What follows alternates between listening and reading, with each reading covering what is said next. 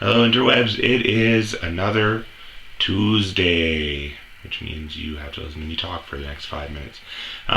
Last week didn't do a video. I was sick. I apologize to our dozen of fans out there. So today I'm just going to be basically talking about another activity that takes up a lot of my time. It is not, in fact, board gaming, but tabletop gaming. This is a hobby that I came into about 4, maybe 5 years ago. Maybe even a little bit longer. What do you think? 5? I think like 4. About 4 years ago. I started with a game called Warhammer 40K. A buddy of mine, Ben, got me into this. You basically buy very expensive, tiny plastic models, paint them, and then field them and play war against each other. The aspect that really always caught me was not so much the collection, but the painting of them. I really enjoyed the detail work. My first army was the Tau army, which was very shooty. They're basically space fish. I really don't want a lot to do with war. They're kind of like, which in a war game is something you really want to have. A bunch of bloodthirsty blue wusses. I enjoyed them. I really liked the painting. The aesthetics of them were cool. They had a lot of robotic figures. Their main units look a lot like mechs and little robots, so that really appealed to the 7-year-old and also the 31-year-old. Kind of moved on from those, went into the orcs, which are more my style.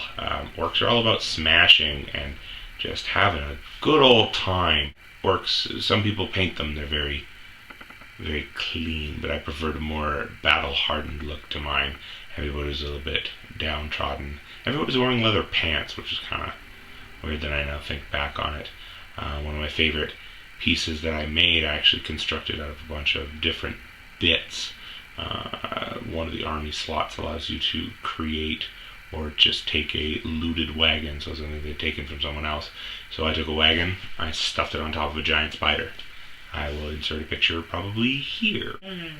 And I really liked that game. I didn't get too competitive into it again.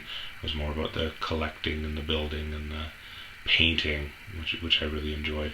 That led me into a different game because the company that makes Warhammer 40K doesn't really care about their fans at all.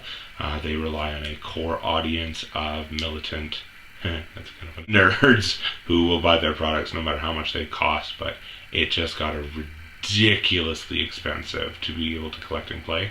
So I found a cheaper one called War Machine.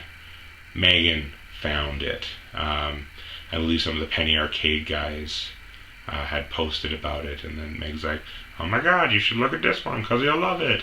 And I kind of did. This is another one that I've been trying to get back into playing again. I haven't played in close to a year. Started with a faction that was all about dragons, so everything's all undead and dragony, and everything's got wings and scales and teeth and claws, which is cool. In my heart of hearts, I'm a dwarf, so this game had a faction of characters that, well, not really a specific faction, but you were able to play as some dwarves. I'm going to show a couple of pictures, maybe one here, maybe one over here. Again, I've really enjoyed collecting these. Armored polar bear? What? Oh my god, that's amazing. Dwarves, I like them. You have the ability to play with an army full of steampunk dwarves, which is an aesthetic I really enjoy as well.